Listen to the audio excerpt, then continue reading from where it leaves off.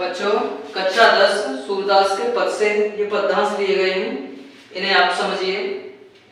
जब द्वारका से उद्धव गोपिकाओं को समझाने आए थे, जब वो अपनी बात पूरी कर लेते हैं तब गोपिकाएं उससे प्रसन्न करती हैं, उससे पूछती हैं उद्धव के लिए। तो क्या कहती हैं गोपिकाएं? निर्गुण कौन देश को वासी, यानी वो जो शिक्षा दे रहे थे उद्धव निर्गुण ब्रह्मा की, निर्गुण ब्रह्मा का कोई आकार कोई रूप रंग नहीं होता है, उसके बारे में बता रहे थे कि आप श्री कृष्ण भगवान को याद न करके अपना जो मन है निर्गुण ब्रह्मा में लगाइए। जबकि उन गोपिकाओं का जो मन था वो श्री कृष्ण भगवान में लगा हुआ था, तो वो मानने को राजी नहीं थी कि हमारे तो कृष्ण भगवान के सिवा कोई दूसरा है नहीं है।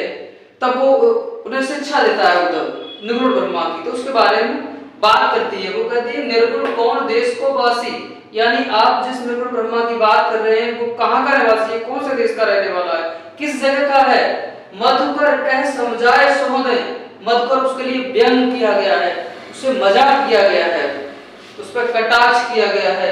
मधुकर यानी बहुरे के रूप में कहा गया है कि मधुकर कह समझाए, हम तुम्हें समझा कर कह रहे हैं सहोदय, और कसम देकर के कह रहे हैं आपसे बूझत सांच न हासी, सच्ची बात पूछने में कोई हंसी की बात नहीं है जो आप हंसी में डाल दो उसको। को है जनक, यानी निर्गुण ब्रह्मा का कौन पिता है, कौन है जननी, और उसकी कौन माता है, कौन नार को दासी, यानी और वो उसकी पत्नी कौन है, ये बातें हमें आप बता दीजिए। कैसो वर्ण, उसका वर्ण यानी रंग कैसा है, भेष है कैसो, उसका भेष कैसा है, किह रस में अभिलाषी, यानी वो किस रस में अभिलाषी है, जैसे मीठा होता है, खट्टा होता है, कड़वा होता है, तो वो कौन से रस को ज्यादा पसंद करता है।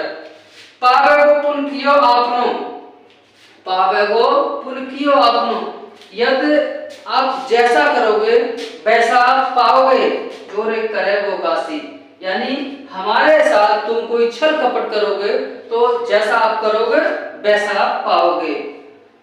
सूर सबे सुनत मौन है रहो बापरो, ये सारी बातें गोपिकाओं की, अनपढ़ जो गोपिकाएं थी उन अनपढ़ गोपिकाओं की सारी बातें जब उसने सुनी तो क्या होता है, सुनत मौन है रहो बापरो, यानी वो सुन के मौन हो जाता है। इस तरह से हो जाता है जैसे कोई एक पागल व्यक्ति चुपचाप खड़ा हो जाता है, इस तरह से सूर सबे मत नासी।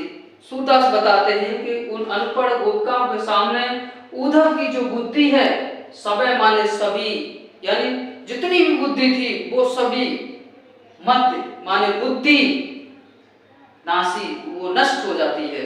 अनपढ़ गोपिकाओं के प्रश्न सुन के उद्धव पागल हो जाता है, वो उसकी समझ में नहीं आता है कि मैं क्या जवाब दूं। मैंने आपको जो भी बताया है समझाया है, इसको आप इस तरह से ये आता है पद्यांश परीक्षा में इसी तरह से लिखिए और आपको अच्छे अंक मिलेंगे। इसका संदर्भ है निम्नलिखित पद्यांश काव्य के पद नामक पाठ से लिया है और सूरदास द्वारा लिखित है। ये व्याख्या है, पहले तो व्याख्या आपने यही समझ ली, और ये इसे देख लो। गोपियां उद्धव से पूछती हैं कि निर्गुण ब्रह्मा कहाँ का निवासी है, हम तुमको कसम देकर कहती हैं, और सच्ची बात पूछने पर वो हंसी की बात नहीं होती है। पिता, माँ और उसकी पत्नी कौन है, यह भी बात बताइए। कैसा रंग भेष है, वह क्या पसंद करता है। यदि आप हमारे साथ छल करोगे या हंसी करोगे तो अपना किया पाओगे। गोपियों की यह बात सुनकर उद्धव पागलों की तरह खड़ा है। सूरदास बताते हैं कि गोपियों के सामने उसकी बुद्धि नष्ट हो जाती है। तो बच्चों आपको समझ में आ गया होगा। यदि एक बार में नहीं भी आता है तो आप वीडियो को दोबारा प्ले करके देख लें और ये बिल्कुल कंप्लीट हो जाएगा आपका पद्यांश।